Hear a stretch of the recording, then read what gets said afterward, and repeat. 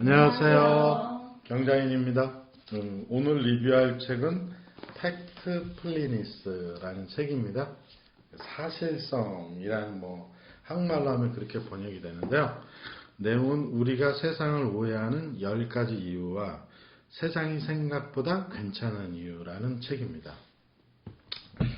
이 책은 어떻게 리뷰를 하게 되냐면요.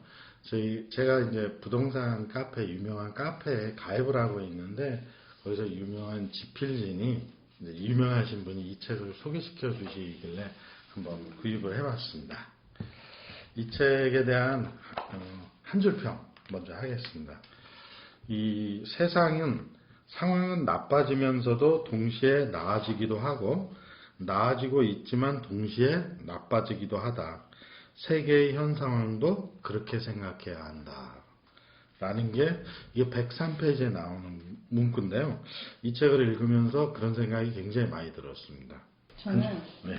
언론이 상당히 중요한데 그 역할을 잘했으면 좋겠다. 맞습니다. 예, 진짜 공감하죠? 딱 그거밖에 생각이 안 났어요. 저는 이런 류의 책을 읽으면서 약간 감동 같은 느낌을 받은 게 거의 처음인 것 같아요. 그래서 저는 이 책을 읽으면서 굉장히 재밌게 읽기를 했는데, 제가 세상의 이로운 어른으로 성장할 수 있게 해주는 계기가 된 책인 것 같아요. 네. 그러니까 이 지휘사는 이거 엄청 재밌다고 그래요? 그러는데, 네. 그래서 진짜 솔직히 나 재미없더라고. 나도 그렇게까지 재밌지는 않았는데, 하여튼 지휘사는 엄청 재밌다고 하더라고요. 자, 목차가 총 11장이 있는데요. 간극 본능, 부정 본능, 그 다음에 직진 본능, 공포 본능 이런 식으로 해서 인간의 본능 11가지를 가지고 이 책을 썼습니다. 이 책을 쓰신 분을 보니까 이제 의사이신 것 같더라고요. 이 저자분들이. 공중보건 쪽. 네, 공중보건 쪽 의사였는데, 자, 한번 해보겠습니다. 27페이지에 이런 말이 나옵니다. 전쟁, 폭력, 자연재해, 인재, 부패, 상황은 안 좋고 문제는 점점 더 심각해지는 것만 같다. 안 그런가? 부자는 더 부자가 되고 가난한 사람은 더 가난해지며 빈곤층은 더욱 늘어난다. 극단적인 조치를 취하지 않으면 자원은 곧 동나고 말 것이다. 적어도 서양인 대부분이 언론에서 보고 머릿속에 담아둔 그림은 그렇다. 나는 그것을 과도하게 극적인 세계관이라고 부른다. 그런 세계관은 스트레스와 오해를 불러온다. 사실 이 책의 전반적인 흐름이 그렇습니다. 극단적인 세계관은 상당히 위험하다라는 거를 이 책에서 항상 얘기를 해주고 있는데요. 두 분 동의하세요? 어떠세요? 약간 한쪽으로는 동의하면서 어느 한편으로는 약간 우리가 그렇게까지는 하지 않는 거 아닌가? 그러니까 상대적인 게 되게 중요한데 이건 약간 절대적인 걸 많이 얘기하잖아요. 근데 상대적인 것도 중요한데 그 부분은 조금 간과된 게 아닌가라는 생각을. 아니 저는 약간 그러니까 여태까지의 생활이나 사고 방식이나 이런 것 자체가 다 내 주변의 범주를 놓고 늘 사고를 그쵸. 해왔던 거죠. 근데 이 책을 보면서는 그 사고가 평균 이상의 생활을 영유하고 있는 우리들 사이에서만의 이제 범주였던 거지. 그 이외가 80%가 넘는다라는 거를 인지하면서는 굉장히 왜 행복을 바라기 전에 감사하는 마음을 가져라 그러잖아요. 그런 면에 있어서 굉장히 많은 이제 저한테는 임팩트를 좀 준 책인 것 같아요. 그래서 극적인 세계관이 언론에 비치는 것들이 대부분 이제 극적인 부분만 나오니까 그래야 사실. 클릭도 하고. 네. 네, 그러니까 대표적으로 아프가니스탄의 테러라든지 맞아. 이라크에 일어나는 테러라든지 이런 것 언론에서 많이 보잖아요.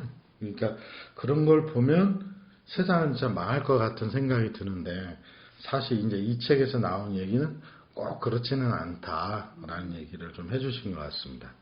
자, 46페이지에 이런 문구가 나옵니다. 오늘날에는 다수가 중간에 속한다. 서양과 그 외 선진국과 개발도상국, 부자와 빈자 사이에 간극이 존재하지 않는다. 따라서 간극을 암시하는 이쪽 또는 저쪽이라는 단순한 분류는 쓰지 않는 게 옳다. 그래서 저희들은 세계관이 선진국과 뭐 개발도상국, 그 다음에 이제 후진국, 뭐 이런 세계관을 갖고 있는데, 이 책은 그 국가의 분류를, 생활의 분류를 4가지의 분류로 하더라고요. 4단계로 해서 이제 4단계, 4단계는 아무래도 이제 선진국이라고 할 수 있는데요. 그래서 다수가 중간에 속한다는 사실이 사실은 굉장히 감명받았다고 할 수 있을까요? 저희들 세계관은 양극단만 있는 거라고 생각했는데, 실제로 이 책에서 나온 내용을 보면 거의 대부분은 중간에 살고 있다라는 거죠.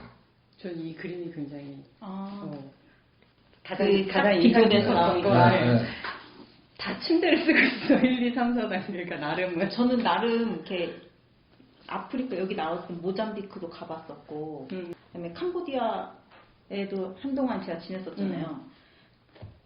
거기도 다 침대 쓰고 잘 사는 사람은 우리나라 부자들보다 훨씬 잘 살아요. 맞아요. 그러다 보니까 저는 상대적으로 약간 너무 극단적이진 않았던 것 같아요. 원래 부정 본능이라고 있습니다. 좋은 것과 나쁜 것에 더 주목하는 본능이다. 좋은 것보다는 나쁜 것에 더 주목하는 본능이다. 여기에는 3가지 원인이 작동한다. 하나는 과거의 잘못을 기억하기 때문이고, 또 하나는 언론인과 활동가들이 사건을 선별적으로 보도하기 때문이며, 마지막으로는 상황이 나쁜데 세상이 더 좋아진다고 말하면 냉정해 보이기 때문이다.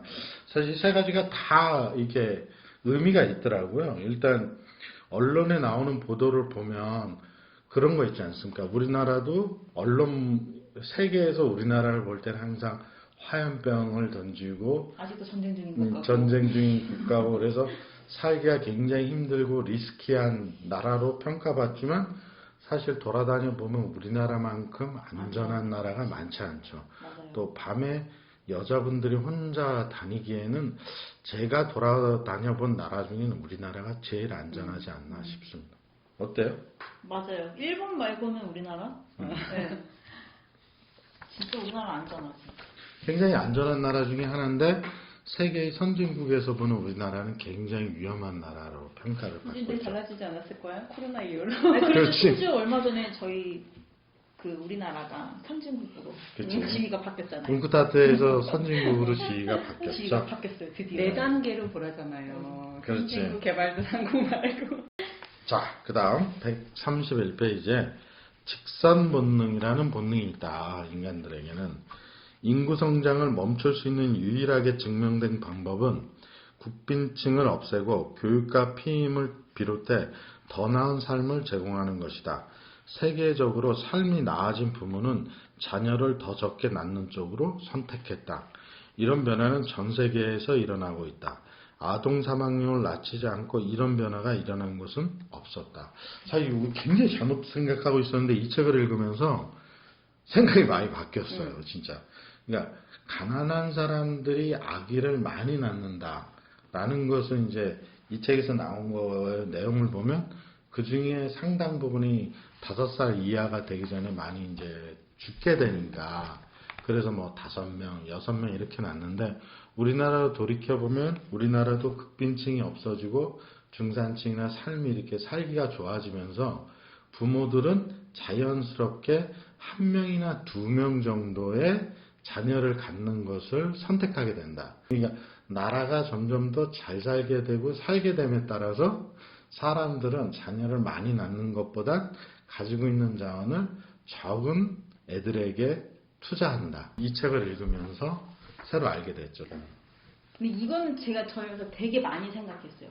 진짜 이것만 있을까? 라는 생각을 제일 많이 했던 부분 중에 하나였어요. 그게 무슨 말이야?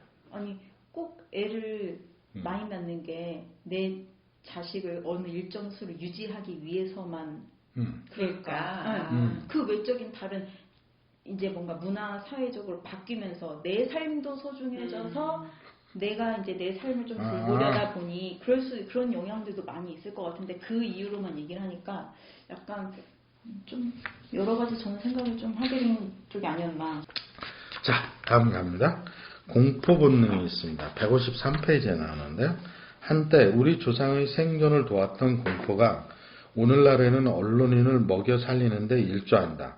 이는 언론인의 잘못이 아니며 그들이 바뀌기를 기대해서도 안 된다. 그런 상황은 뉴스 생산자인 언론의 논리 때문이라기보다는 뉴스 소비자의 머릿속에 있는 주목 논리 탓이 크다.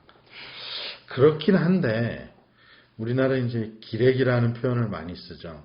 사실 이제 우리나라를 계속 발전하면서 정치인에 대해서 깨끗한 것을 요구하고 건전한 것을 요구하는 걸 넘어서서 지금은 사실 이제 검찰에 대해서 그런 걸 많이 요구하죠. 그게 아마 끝나고 나면 우리나라는 마지막으로 흔히 말하는 언론 개혁의 시대로 돌입하지 않을까 싶습니다. 그 다음에 재미있는 표현이 하나 나옵니다. 공포 본능인데요.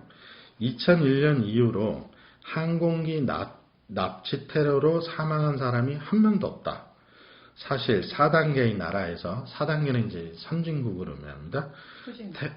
후진국.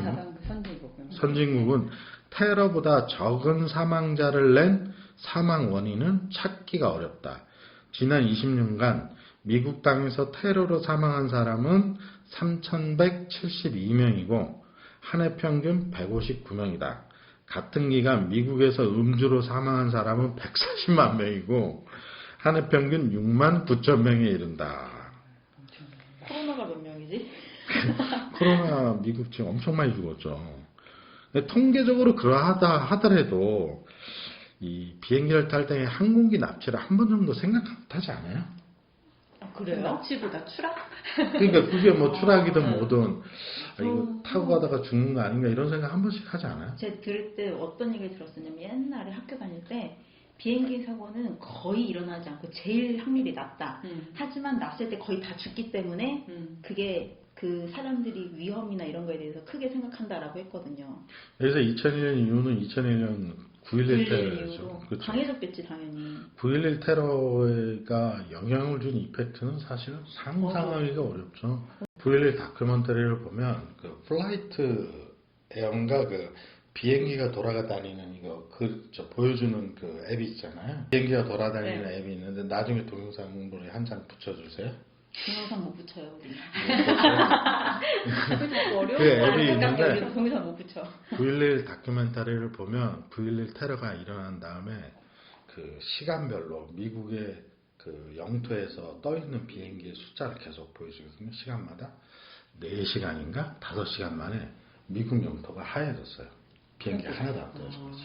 그거 터지고 난 다음. 그래서 사람들에게 박혀 있는 이미지는 사실 뭐 음주로 죽거나 이런 거보다 9.11 테러의 이펙트가 어마어마하죠. 아마 메시지로 보면 거의 뭐 영향도로 보면 최고의 수준이 아닌가 싶습니다. 미국이 더 할 것 같아요. 우리나라보다. 그쵸. 사실 우리나라는 미국에 대해서 별로 그렇게 생각 크게 안 할 것 같은데 미국은 진짜 클 것 같아요. 우리나라 사람을 상대로 테러를 하는 거는 별로 생각 안 하잖아요. 별로 생각 안 네. 하죠. 그렇죠. 우리나라 문제가 아니라고 생각하지 사실 테러는 우리는. 그렇죠. 뭐 이렇게 대통령한테는 일어나는 일일까?